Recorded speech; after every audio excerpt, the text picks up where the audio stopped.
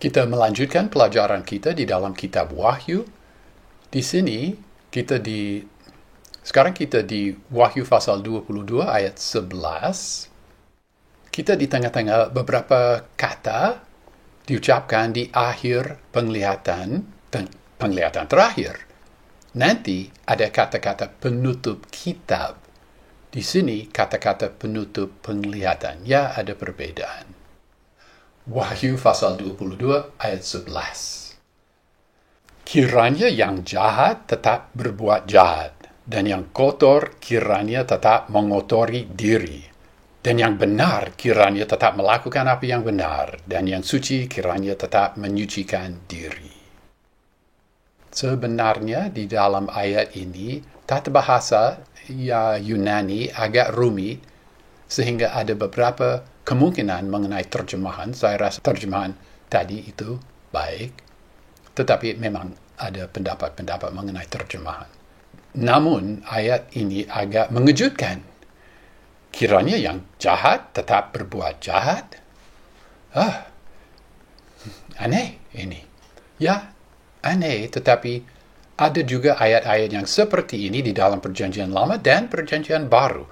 Lihat misalnya Yeremia pasal 23 ayat 25. Tuhan berkata, "Aku mendengar apa yang dikatakan para nabi. Para nabi berdusta dalam namaku dengan berkata, aku bermimpi. Kejijikan dan tegurannya nyata." Dia melanjutkan di ayat 28, "Nabi yang mempunyai mimpi, kiranya menceritakan mimpi itu. Dan yang mempunyai kata, kiranya mengatakan kata itu dengan benar." Apa artinya sekam dibanding gandum? Sekam dibanding gandum? Ya, Tuhan berkata, ya, kamu punya mimpi yang kamu katakan daripadaku, tetapi sebenarnya tidak daripadaku. Ya, ceritakanlah. Kamu mau bernubuat seolah-olah dalam namaku? Bernubuatlah seolah-olah dalam namaku. Ya, seperti ayat ini. Kiranya yang jahat tetap berbuat jahat. Juga di Perjanjian Baru. Injil Matius, pasal 23 ayat 32. Sesudah menceritakan dosa-dosa nenek moyang mereka, Tuhan berkata, "Maka penuhilah ukuran bapa-bapakmu." Ya, dengan arti, ya, berdosalah seperti nenek moyangmu. Ya, bagaimana?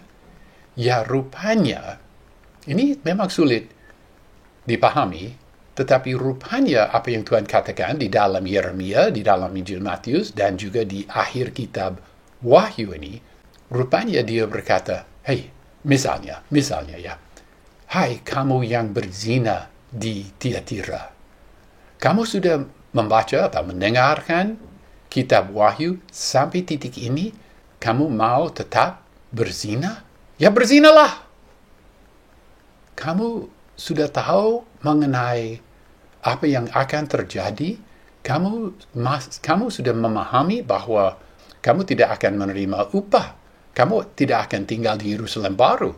Kamu akan hidup bersama-sama di tengah-tengah bangsa-bangsa. Kamu tidak akan berjalan dengan Tuhan Yesus Kristus dalam pakaian putih. Dan itu tidak apa-apa. Kamu suka berzina? Ya, berzinalah. Ya, seperti itu rupanya sikap ini. Jadi, jika kita tidak menyukai kata-kata ini di kitab Wahyu, di Matius, di Yeremia, mungkin masalahnya kita lebih mengutamakan kasih Kristus dan memperkecilkan kekudusannya. Kadang di firman Allah, kekudusan Allah menonjol. Kadang kasihnya menonjol. Dia memang maha kasih, dia memang maha kudus juga. Kita tidak boleh buang ayat-ayat yang tidak disukai. Kita harus menerima ini juga sebagai pernyataan mengenai sikap Allah kita. Ya, lihat juga Daniel, Nabi Daniel pasal 12 ayat 10. Banyak akan dimurnikan dan diputihkan dan disuling. Dan orang-orang jahat akan berbuat jahat. Dan segala orang jahat tidak akan mengerti, dan orang-orang berhikmat akan mengerti. Nabi Daniel juga mengucapkan sesuatu yang mirip kitab Wahyu ini. Wahyu pasal 22 ayat 12. Lihatlah, aku datang dengan tiba-tiba, dan upahku menyertai aku untuk memberikan kepada setiap orang menurut perbuatannya akan ada. Lihatlah, ini kata Yunani, idu, Ibraninya, hine. Lihatlah, ini seperti apa yang berikut harus digarisbawahi, tetapi mereka tidak menggarisbawahi pada masa itu. Lihatlah, garisbawahilah. Dan dia berkata, aku datang 7 kali. Tuhan Yesus berkata, aku datang di kitab Wahyu. 7 kali ada kalimat, aku datang. Dia menegaskan ini di akhir kitab Wahyu. Dan kedatangannya, ya dengan tiba-tiba. Kata Yunani ini, taku. Dan taku, seperti entake di kitab Wahyu, taku berarti dengan kecepatan tinggi. Raja Wali serang dengan taku, dengan tiba-tiba. Apa hari ini, apa besok, kita tidak tahu. Tetapi nanti Raja Wali akan turun, dengan tiba-tiba. Tuhan Yesus juga, kita tidak tahu apa segera, apa besok, apa 100 tahun mendatang, tetapi nanti akan terjadi dengan tiba-tiba. Dan sisa ayat ini, upahku menyertai aku untuk memberikan kepada setiap orang. Menurut perbuatannya akan ada. Wah, ini sesuai dengan tema besar, apa mungkin tema utama di kitab Wahyu. Tuhan Yesus akan datang, ya pasti. Dan dia akan datang dengan upah. Dan dia akan memberikan upah menurut perbuatan manusia. Melihat ini di ayat 12, apakah ini menceritakan perbedaan antara orang percaya dan orang yang tidak percaya? Ya, menurut perbuatan. Tetapi Rasul Paulus begitu tegas, ini selamat atau tidak selamat, masuk kerajaan surga atau masuk danau api, itu karena iman. Lihatlah kembali Roma pasal 4 ayat 4 dan ayat 5. Ini tidak menceritakan ya masuk kerajaan surga atau masuk neraka, karena itu berdasarkan iman. Yang juga dijelaskan, ditegaskan sangat tegas di dalam ayat 17 yang menceritakan mengenai menerima air kehidupan dengan cuma-cuma. Mereka yang tidak percaya pada Tuhan Yesus Kristus, apa upah mereka? Ya, danau api. Orang percaya yang setia sampai mati, yang hidup sesuai dengan perintah Tuhan, yang mengasihi dia dan menjaga kekudusan dan menjaga ajaran supaya murni. Ya, apa upah? Ya, banyak upah diceritakan. Berjalan dengan Tuhan Yesus Kristus. Duduk di atas takhtanya, kuasa atas bangsa-bangsa. Mahkota kehidupan. Ya, tinggal di dalam Yerusalem baru.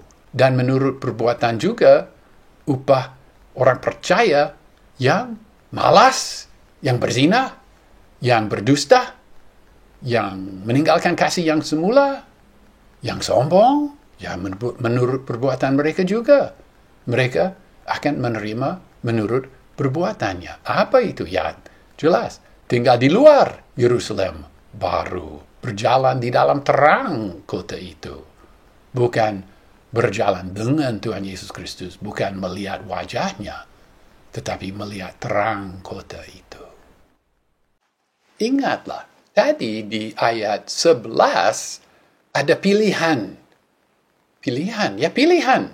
Kiranya yang jahat tetap berbuat jahat, dan yang kotor kiranya tetap mengotori diri, dan yang benar kiranya tetap melakukan apa yang benar, dan yang suci kiranya tetap menyucikan diri. Di situ, di ayat 11, ada pilihan. Boleh pilih. Boleh pilih jadi kotor. Boleh pilih jadi benar. Boleh pilih. Dan di sini, di ayat 12, ada akibat dari pilihan itu tadi. Kamu mau pilih jahat, berbuat jahat? Baik, ada akibat. Kamu mau pilih berbuat benar? Ya, ada akibat. Akibat apa? Ya, ayat 12. Dia berkata, aku datang dengan tiba-tiba dan upahku menyertai aku untuk memberikan kepada setiap orang menurut perbuatannya akan ada. Ya, perbuatannya seperti jahat tadi atau seperti benar tadi. Ya, menurut perbuatan orang. Orang akan menerima upah yang menyertai dia. Jadi, ada kaitan yang sangat erat antara ayat 11 dan ayat 12 ini. Kepentingan upah yang menyertai dia pada waktu dia akan kembali. Lihatlah Yeremia pasal 17 ayat 10. Lihatlah Mazmur pasal 62 ayat 13.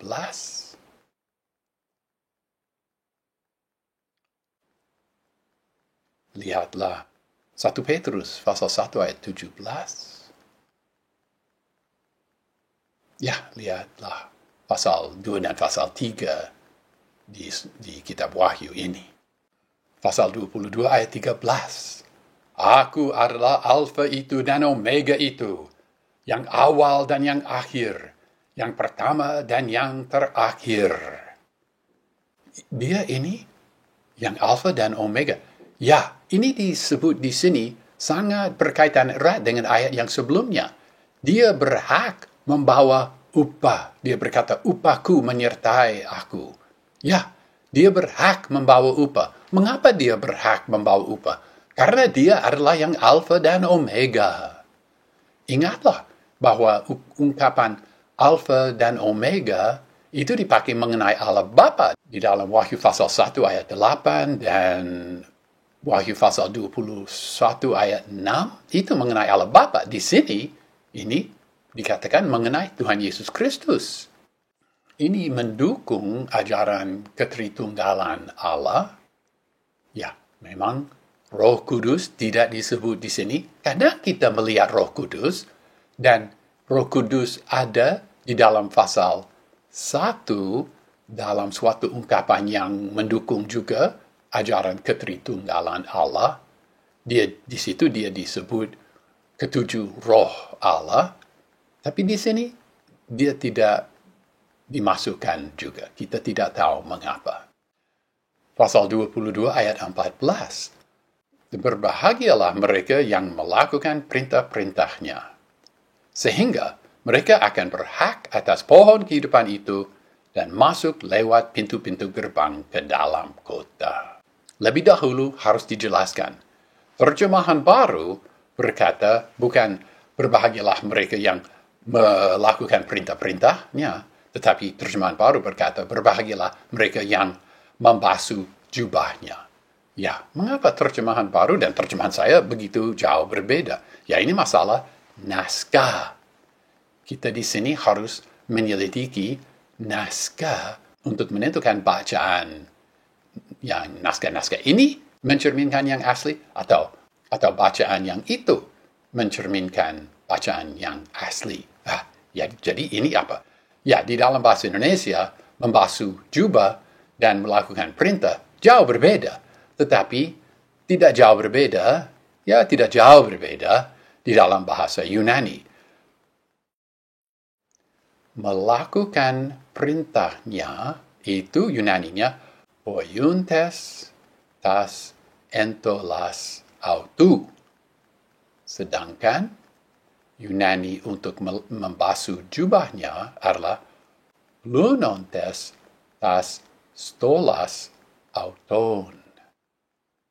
Ya, jadi saudara dapat melihat dan mendengar bahwa dua ucapan itu tidak jauh berbeda dari segi bunyi dan huruf, tetapi jauh berbeda dari segi arti. Nah, bagaimana menentukan yang mana mencerminkan aslinya? Oke, baik. Nah, ternyata yang Yunani, kita membahas Yunani, naskah Yunani, yang Yunaninya membasuh jubah itu hanya muncul Menurut CNTTS di Accordance, atau boleh juga Logos, menurut daftar itu, membasuh jubahnya hanya dipakai di 3 naskah. Satu naskah dari abad ke-11 tidak begitu perlu dipertimbangkan, naskah 1006, tetapi ada di Sinaiticus dari abad ke-4 dan Alexandrinus di abad yang ke-5. Oh, jadi sangat awal. Ya, Sinaiticus dari abad ke-4 adalah Alkitab yang hampir lengkap, yang paling kuno. Oh, jadi banyak orang berkata, itu harus sangat dihargai. Karena begitu hanya abad ke-4, wah, ini ditulis abad pertama, ya tidak jauh. Ya jauh. Sedangkan kebanyakan naskah dengan satu suara berkata melakukan perintahnya. Apakah kita harus mengutamakan bacaan? Ya, kira hanya 2 naskah, ya 3 lah, tapi sebenarnya 2 yang dianggap berbobot, Sinaiticus dan Alexandrinus, itu harus diutamakan melawan satu suara dari kebanyakan naskah.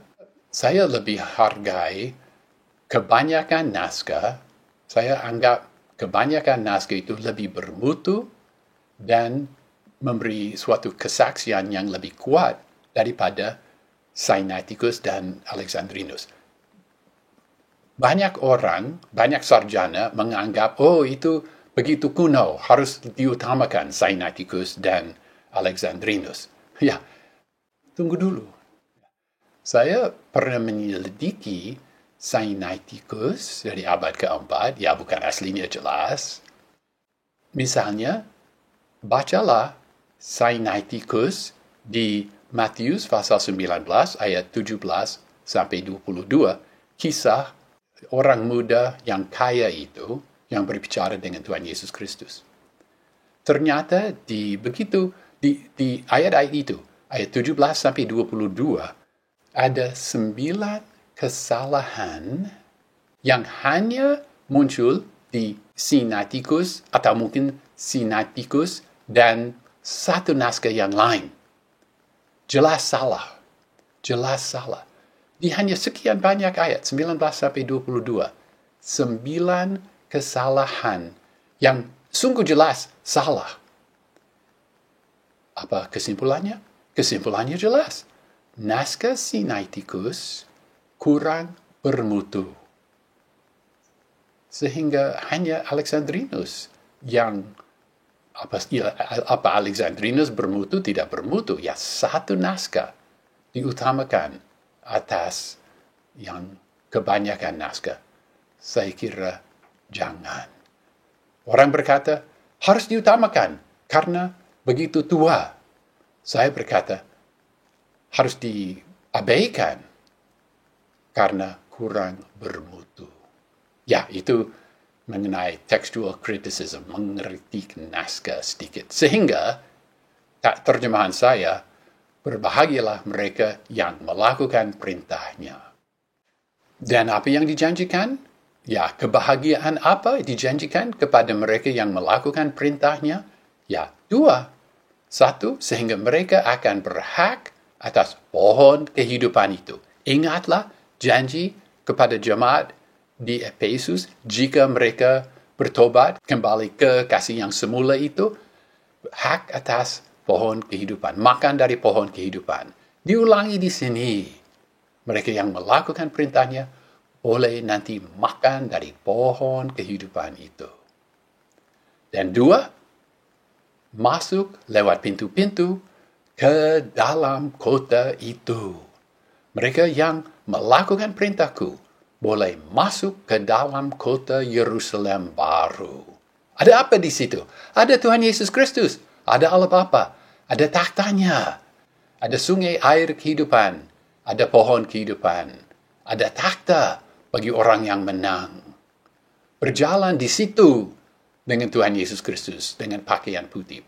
Syaratnya apa? Syaratnya melakukan perintahnya. Syaratnya apa? Syaratnya jadilah orang yang menang sesuai pasal 2 dan pasal 3. Kata yang terakhir di sini adalah masuk lewat pintu-pintu gerbang ke dalam kota itu.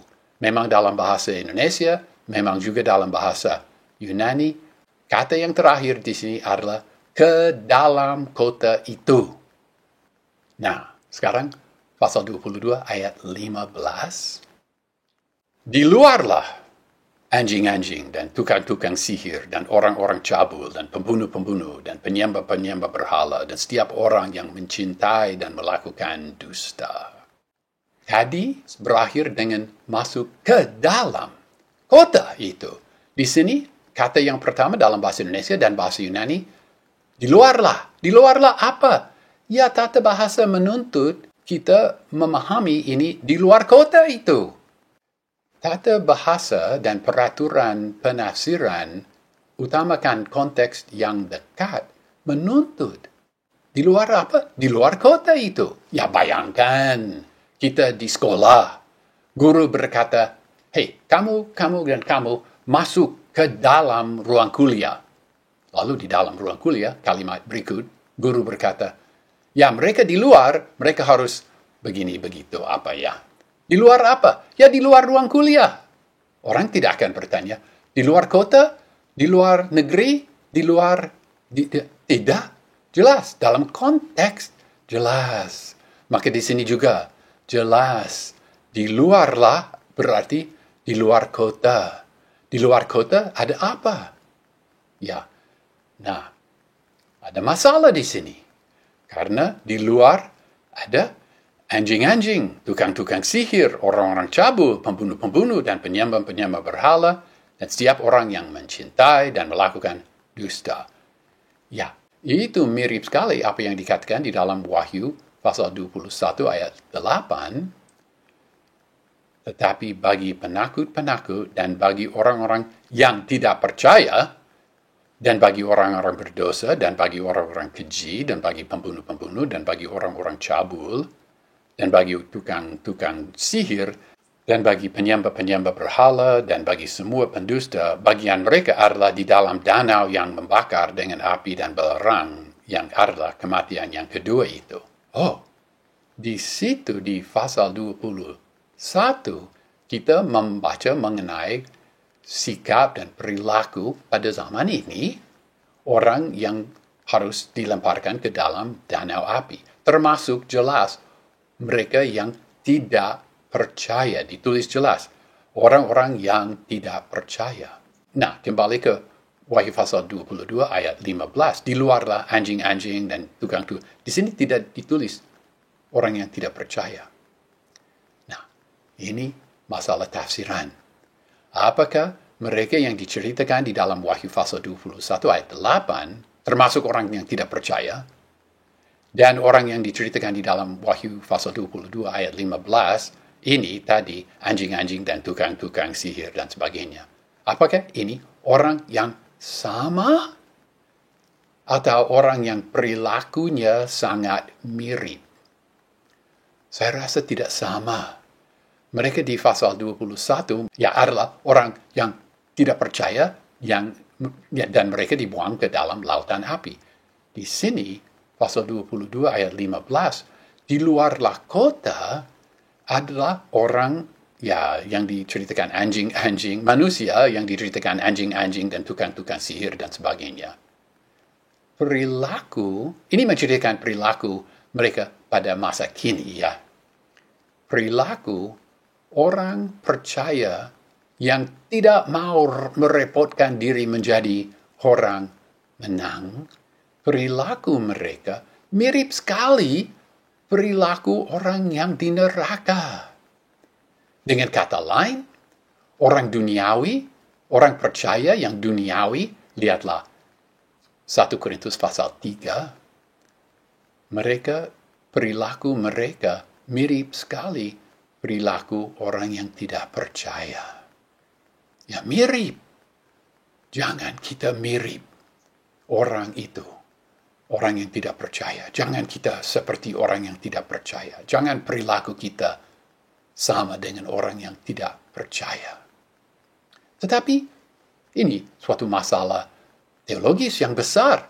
Apakah ada orang percaya, orang yang lahir baru, orang yang akan selama-lamanya di dalam kerajaan surga, yang berdusta seperti itu, yang merupakan tukang-tukang sihir dan orang-orang cabul, pembunuh? Sebenarnya pertanyaan itu sudah dijawab di pasal 2 dan pasal 3. Di situ Tuhan Yesus berkata bahwa di dalam apa yang dia sebut dan dia anggap eklesianya, gerejanya, jemaatnya, ada orang yang berzina, terlibat juga dalam penyembahan berhala. Ada orang yang sombong, ada orang, macam-macam dosa itu. Banyak orang Kristen tidak mau mengakui bahwa sebenarnya orang dapat percaya pada Tuhan Yesus Kristus, lahir baru, dan hidup secara duniawi, sesuai dengan 1 Korintus pasal 3, bacalah bagian itu. Mereka tidak mau mengakui adanya orang percaya yang duniawi. Ya, di 1 Korintus pasal 3 istilahnya sebenarnya di dalam bahasa Yunani, sarkikos. Mereka dagingawi, tetapi terjemahan baru berkata duniawi. Ya, boleh, tidak apa-apa. Tetapi ada orang percaya, anggota jemaat, anggota tubuh Kristus, yang hidup seperti ini, pembunuh, tukang sihir, dan mereka akan berada di luar kota itu. Mereka akan menjadi bangsa-bangsa yang berjalan dalam terang Yerusalem baru, tetapi tidak hidup di dalam kota itu. Mereka tidak melihat Tuhan Yesus Kristus, mereka melihat terang dari kota Yerusalem baru. Jadi lihatlah kesinambungan yang cukup nyata sebenarnya dari pasal 22 ayat 11 sampai 15. 11, kiranya yang jahat tetap berbuat jahat, dan yang suci kiranya tetap disucikan. Di situ ada pilihan. Kamu orang percaya mau hidup jahat, mau hidup suci, itu pilihanmu. Tetapi ayat 12 ada akibat, karena menurut ayat 12 Tuhan Yesus akan datang dengan tiba-tiba, dan bila mana dia datang, dia mempunyai upah untuk dibagi menurut perbuatan orang. Jadi jika kamu memilih di ayat 11 untuk tetap berbuat jahat, di ayat 15 kamu akan menerima upah teguran, upah celaan, dan sebagainya. Jika di ayat 11 kamu memilih untuk tetap suci, untuk hidup benar, kamu akan menerima upah sebagai orang yang menang di dalam pasal 2 dan 3. Masuk ke dalam kota itu, hidup di situ, berjalan dengan Tuhan Yesus Kristus, melihat wajahnya, duduk di atas taktanya. Ya.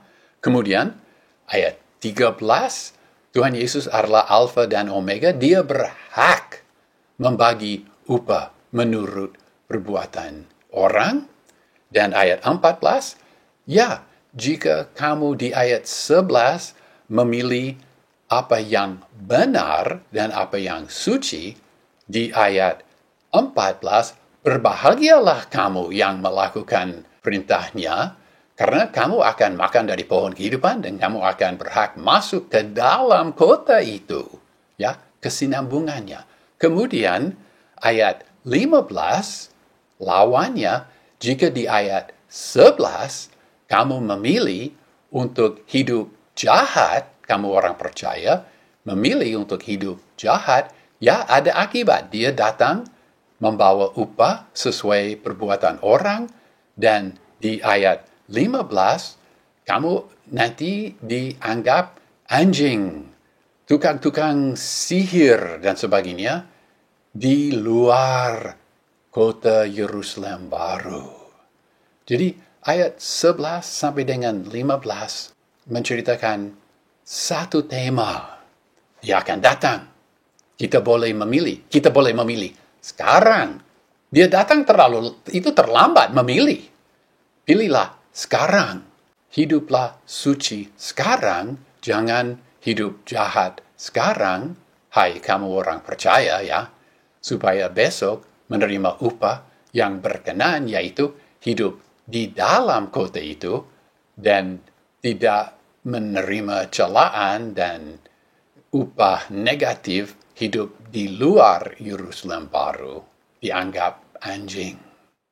Ya, mengenai ayat 15, satu catatan lagi adalah bahwa teguran kata-kata yang pedas ini, anjing-anjing, tukang-tukang sihir, orang cabul, dan sebagainya, ini menceritakan sikap hati dan perilaku dan perbuatan orang percaya hidup mereka masa kini. Hidup mereka pada masa Yohanes dan masa kini. Ini tidak menceritakan perilaku orang di dalam kerajaan Allah. Ini juga tidak menceritakan perilaku orang di dalam danau api.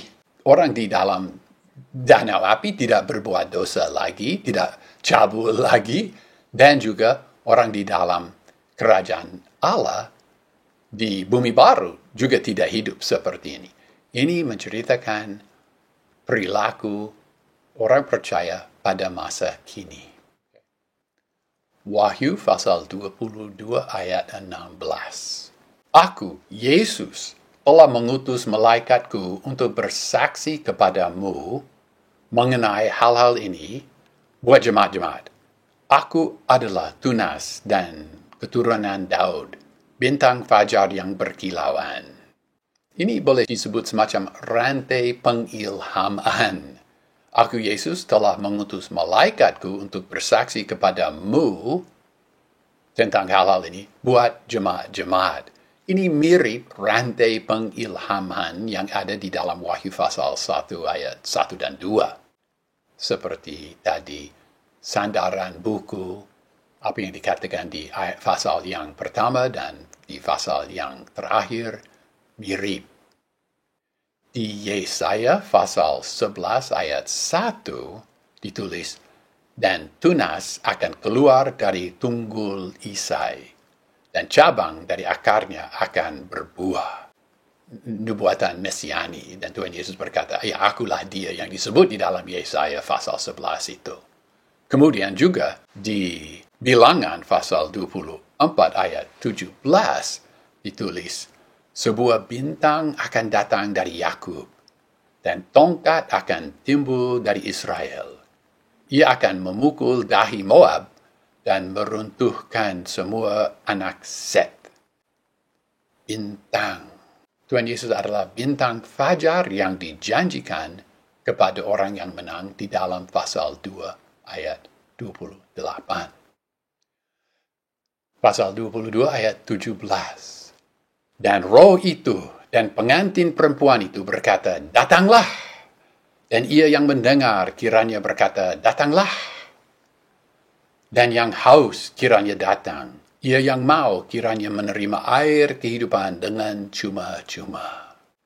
Di sini ada 4 undangan. Nampaknya sebaiknya dibagi 2 menjadi 2 pasang undangan. Ini Roh Kudus. Roh Kudus berbicara di sini.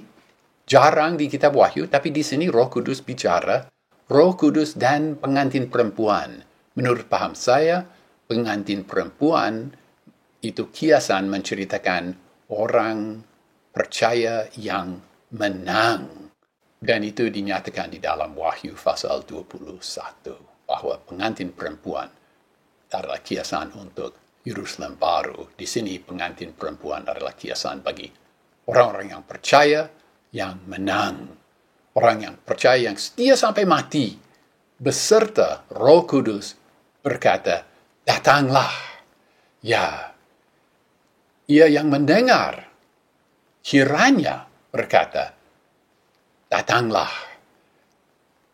Roh Kudus dan orang percaya yang setia merindukan kedatangan Tuhan Yesus Kristus. Kiranya setiap orang yang membaca kitab Wahyu juga merindukan kedatangan Tuhan Yesus Kristus. Ingatlah 2 Timotius pasal 4 ayat 8, Paulus berkata, terjemahan baru ini, "Sekarang telah tersedia bagiku mahkota kebenaran yang akan dikaruniakan kepadaku oleh Tuhan, Hakim yang adil, pada harinya. Tetapi bukan hanya kepadaku, melainkan juga kepada semua orang yang merindukan kedatangannya." Kata merindukan sebenarnya adalah kata agapao, mengasihi. Orang yang merindukan atau mengasihi kedatangan Tuhan Yesus Kristus akan menerima janji mahkota kebenaran. Di sini, orang percaya yang merindukan kedatangan Tuhan Yesus Kristus, yaitu orang pengantin perempuan, berkata, "Datanglah." Itu ucapan undangan yang pertama dan yang kedua. Dan masih ada satu pasang lagi, ucapan dan undangan seruan yang ketiga dan keempat.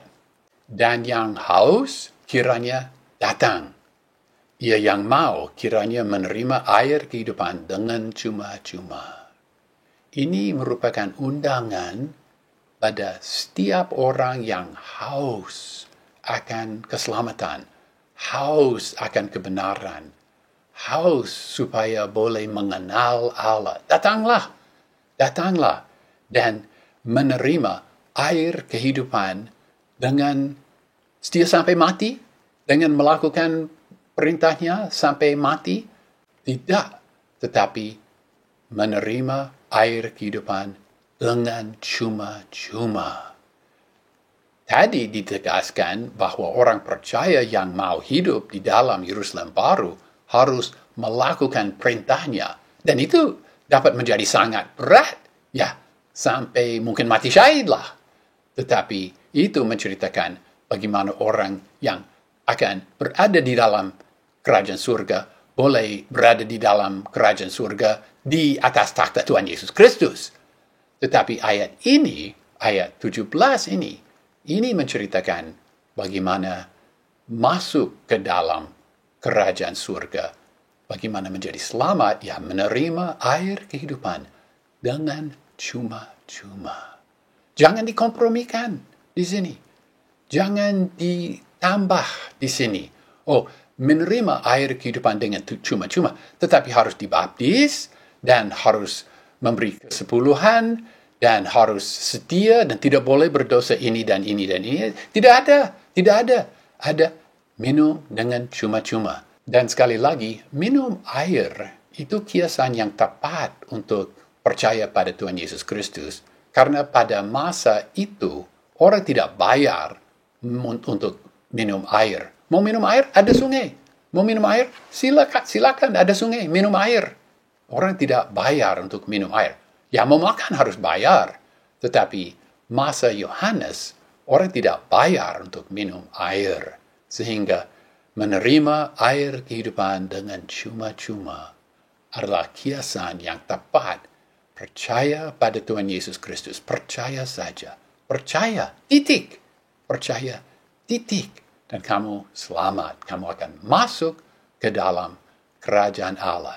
Nah, disitulah kamu akan duduk di atas takhta Tuhan Yesus Kristus di dalam Yerusalem baru, atau kamu akan berjalan dalam terang Yerusalem baru di atas permukaan bumi baru. Ya, itu tergantung perbuatan. Karena dia akan datang dan upahnya menyertai dia. Tetapi di sini ditegaskan, boleh selamat, ya tinggal menerima air kehidupan dengan cuma-cuma. Ditulis kiranya menerima air kehidupan dengan cuma-cuma. Tepat ungkapan ini. Ini sebuah pemberian. Ada orang yang bayar untuk ini, yaitu si pemberi. Saya penerima, saya tidak membayar. Ini diberikan kepada saya tanpa bayar. Saya menerima ini, pemberian ini dengan cuma-cuma.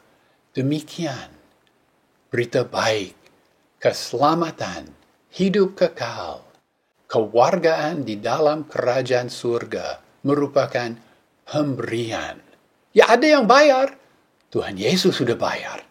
Kita tidak bayar. Ini saya terima dengan cuma-cuma, tidak bayar. Demikian juga keselamatan, hak untuk masuk ke dalam kerajaan surga, air kehidupan diterima dengan cuma-cuma. Rupanya di ayat 17, kata-kata penutup dari penglihatan sudah berakhir. Dan di sini ayat 18 sampai dengan ayat 21, ini kata-kata penutup kitab. Ya, ada perbedaan. Tidak dapat dikatakan, ya pasti mulai kata-kata penutup kitab mulai, ya di sini. Tetapi rupanya kata-kata penutup kitab mulai di sini. Pasal 22 ayat 18. Aku bersaksi kepada setiap orang yang mendengar kata-kata nubuatan kitab ini. Jika seseorang menambahkan padanya, kiranya Allah menambahkan kepadanya dari malapetaka-malapetaka yang ditulis dalam kitab ini. Latar belakang sedikit. Pada masa kini, seorang penulis menulis buku dan menyerahkan naskah kepada penerbit. Ya, dia tidak takut kata-kata yang dia tulis akan diapakan, karena mesin cetak memperbanyak kata-kata yang sama. Tetapi pada masa Yohanes, sebelum percetakan buku harus disalin tulisan tangan. Dan ada masalah dengan sistem itu. Penyalin mungkin melihat, saya tidak suka ini. Saya akan memperbaiki kata-kata ini. Saya tidak akan menyalin kata-kata ini. Saya tidak suka kata-kata ini. Saya tidak menyalin. Atau, saya punya pikiran yang bagus. Saya tambah di sini. Dan itu terjadi. Dan penulis tidak suka kelakuan penyalin itu. Sehingga ada kebiasaan. Mereka, penulis kadang mencatat di akhir karangan, mencatat suatu kutuk pada penyalin yang mengubahkan tulisan aslinya. Dia mengutuk. Dan ternyata menurut surat Aristeas, ini juga terjadi di dalam penulisan Septuaginta, yaitu terjemahan Perjanjian Lama ke dalam bahasa Yunani. Ada kutuk bagi mereka yang mengubahkan terjemahan yang asli itu. Jadi Tuhan mengetahui mengenai kebiasaan itu dan dia memakai kebiasaan itu untuk tujuannya sendiri. Ya, kita melihat nanti. Ada masalah naskah di dalam ayat ini. Ada naskah-naskah yang berkata, kiranya Allah menambahkan di ayat ini dan ayat yang berikut, kiranya Allah. Ada juga naskah yang kuno berkata, Allah akan menambahkan. Menurut paham saya, lebih baik naskah-naskah mayoritas yang berkata kiranya Allah. Di sini kiranya Allah menambahkan.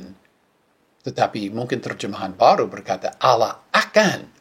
Jadi sekali lagi saya lebih menghargai naskah yang berkata kiranya Allah di sini. Jadi ada kutuk. Kamu menambah kata-kata pada kitab Wahyu, kiranya Allah menambahkan malapetaka pada kehidupanmu. Waktu itu memang kutuk. Sebaliknya di ayat yang berikut, pasal 22 ayat 19, dan jika seseorang mengambil dari kata-kata kitab nubuat ini, kiranya Allah mengambil bagiannya dari pohon kehidupan dan dari kota kudus itu yang ditulis dalam kitab ini. Jika menurut kutuk ini, jika seorang penyalin Kristen dengan sengaja tidak menyalin sebagian dari kitab Wahyu, itu dosa. Dan apa akibat dosa yang sengaja itu? Dia kehilangan status, apa? Status selamat? Bukan. Status sebagai orang yang menang, sehingga dia tidak punya bagian dari pohon kehidupan itu, dan dia juga tidak punya bagian dari kota kudus itu yang ditulis dalam kitab ini, Yerusalem baru. Jadi menurut paham saya, ada kutub di sini, penyalin yang tidak menyalin dengan baik, dia kehilangan status sebagai orang yang menang. Dan dia tidak akan makan dari pohon kehidupan, dia tidak boleh masuk nanti ke dalam kota Yerusalem baru. Ini mirip apa yang dikatakan oleh Tuhan Yesus sendiri di dalam Injil Matius pasal 5 ayat 19. Maka jika orang meniadakan satu dari yang paling kecil dari perintah-perintah ini dan mengajar manusia demikian, ia akan dipanggil yang paling kecil di kerajaan surga. Dianggap paling kecil di kerajaan surga? Ya, bangsa-bangsa yang berjalan di luar Yerusalem baru, mereka kecil dibandingkan dia yang boleh duduk bersama-sama dengan Tuhan Yesus Kristus di atas takhtanya. Berjalan dalam terang Yerusalem baru, kecil statusnya dibandingkan dengan orang yang boleh berjalan dengan Tuhan Yesus Kristus dalam pakaian putih. Teolog yang tidak suka konsep orang percaya, orang selamat yang duniawi dan tetap duniawi sampai mati, mereka akan menafsirkan ayat ini, mereka terpaksa menafsirkan ini dengan suatu tafsiran yang sangat berat. Apa itu? Menurut mereka, secara logika, jika ada penyalin Kristen yang tidak mau menyalin dengan baik dan tidak menyalin bagian apa di kitab Wahyu, dia tidak boleh masuk ke Yerusalem baru, dan menurut teologi itu, tidak ada tempat lain selain neraka, danau api. Jadi, tidak menyalin dengan baik, itu tiba-tiba menjadi dosa yang tidak dapat diampuni dan orang itu harus di neraka. Saya tidak menerima itu. Ya, itu dosa. Dia yang tidak mau menyalin dengan baik itu dosa. Tapi bukan dia kehilangan keselamatan yang dijamin oleh darah Tuhan Yesus Kristus di kayu salib. Bukan. Dia kehilangan upah. Dia kehilangan hak untuk masuk ke dalam Yerusalem baru. Pasal 22 ayat 20. Ia yang bersaksi tentang hal-hal ini berkata, "Ya, aku tiba-tiba datang." Amin. Ya, datanglah Tuhan Yesus. Di sini, ia yang bersaksi, ini Tuhan Yesus Kristus, karena dialah yang berkata, "Aku tiba-tiba datang." Tuhan Yesus Kristus sendiri bersaksi mengenai kitab Wahyu. Ini berarti bahwa kitab Wahyu ini bukan hanya pikiran Yohanes, ini bukan hanya pikiran seorang Kristen tanpa nama pada abad kedua atau pada abad apa. Bukan. Ini dari Tuhan Yesus Kristus. Dan dia bersaksi demikian. Kata bersaksi, martureo, ini kosakata dari pengadilan. Ini serius. Sungguh, dia bersaksi. Kitab Wahyu tidak boleh dianggap karangan manusia sajalah. Sekali lagi, aku datang, diulangi 7 kali. Dan ini kali yang ke-7. Ada pernyataan ucapan, aku datang. Sekali lagi dia datang tiba-tiba. Yunaninya, taku di sini. Tiba-tiba. Ya, boleh diterjemahkan segera, tetapi terjemahan segera tidak masuk akal di sini karena sudah 2000 tahun belum datang, itu bukan segera. Kata taku ini boleh juga, kadang juga berarti tiba-tiba. Dia akan datang dengan tiba-tiba. Itu kata Tuhan Yesus Kristus. Kemudian, ya rupanya Yohanes juga dengan semangat berseru, amin. Ya, datanglah Tuhan Yesus. Yohanes merindukan supaya Tuhan Yesus datang kembali. Sekali lagi kita mengingat 2 Timotius pasal 4 ayat 8, menjelang wafatnya Rasul Paulus berkata, terakhir ada disediakan bagiku mahkota kebenaran yang akan Tuhan, Hakim yang adil, berikan kepadaku pada hari itu. Dan bukan kepadaku saja, tetapi juga kepada semua yang mengasihi kedatangannya. Di dalam ayat ini, ayat 20 ini, Rasul Yohanes menyatakan bahwa dia juga mengasihi atau merindukan kedatangan Tuhan Yesus Kristus. Pasal 22 ayat 21, ayat yang terakhir. Kasih karunia Tuhan Yesus Kristus menyertai semua orang kudus. Amin. Biasanya karangan apokaliptik tidak berakhir dengan ucapan berkat seperti ini. Tetapi kitab Wahyu dimulai dengan gaya surat, ya lihatlah pasal 1 ayat 4, dan juga diakhiri dengan gaya surat yang mencantumkan ucapan berkat. Dengan nada serius, kitab Wahyu berakhir dengan kata amin. Demikian berakhir kitab Wahyu. Sebenarnya kita satu video lagi. Di situ kita akan membahas ringkasan dari seluruh kitab Wahyu dalam satu video.